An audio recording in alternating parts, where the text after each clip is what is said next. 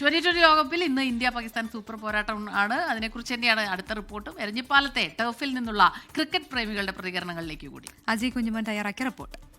India Pak 2020 മത്സരം വൈകിട്ട് കൊളംബോയിൽ നടക്കുകയാണ്.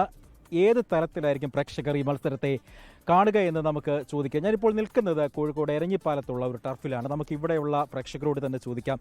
ഇന്ന് വൈകിട്ട് ആവേശകരമായ മത്സരമാണ്, പ്രത്യേകിച്ച് ഇന്ത്യ പാകിസ്ഥാൻ മത്സരം. ആ മത്സരത്തെ നിങ്ങൾ എങ്ങനെയാണ് നോക്കിക്കാണുന്നത്? ആവേശകരമായ ഒരു മത്സരമാണ് ഞങ്ങൾ പ്രതീക്ഷിക്കുന്നത്. തീർച്ചയായിട്ടും ഇന്ത്യ തന്നെയാണ് വിജയിക്കുക. മഴ കളിക്ക് തടസ്സമാകുന്ന ഒരു ഇതുണ്ട്.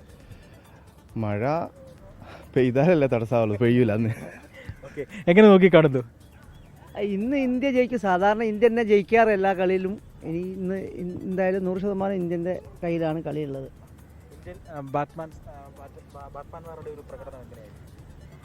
ഇന്ത്യൻ്റെ ഇപ്പോഴത്തെ സ്കോഡ് എന്ന് പറഞ്ഞാൽ എല്ലാവരും ബാറ്റ്സ്മാൻമാർ തന്നെയാണ്. ലാസ്റ്റ് മാൻ വരെ ബാറ്റ് ചെയ്യുന്ന ആൾക്കാരാണ്. അതുകൊണ്ട് ഒന്നും പേടിക്കാനില്ല. ഇന്ത്യൻ്റെ സൈഡിൽ എന്തായാലും വിജയ സാധ്യത തന്നെ ഉണ്ട്. നേരത്തെ ഇന്ത്യ പാക് മത്സരങ്ങൾക്കൊക്കെ, ഇതിനു മുമ്പ് നടന്ന മത്സരങ്ങൾക്കൊക്കെ ഇന്ത്യ ഒരുപാട് തവണ ജയിച്ചിട്ടുണ്ട്.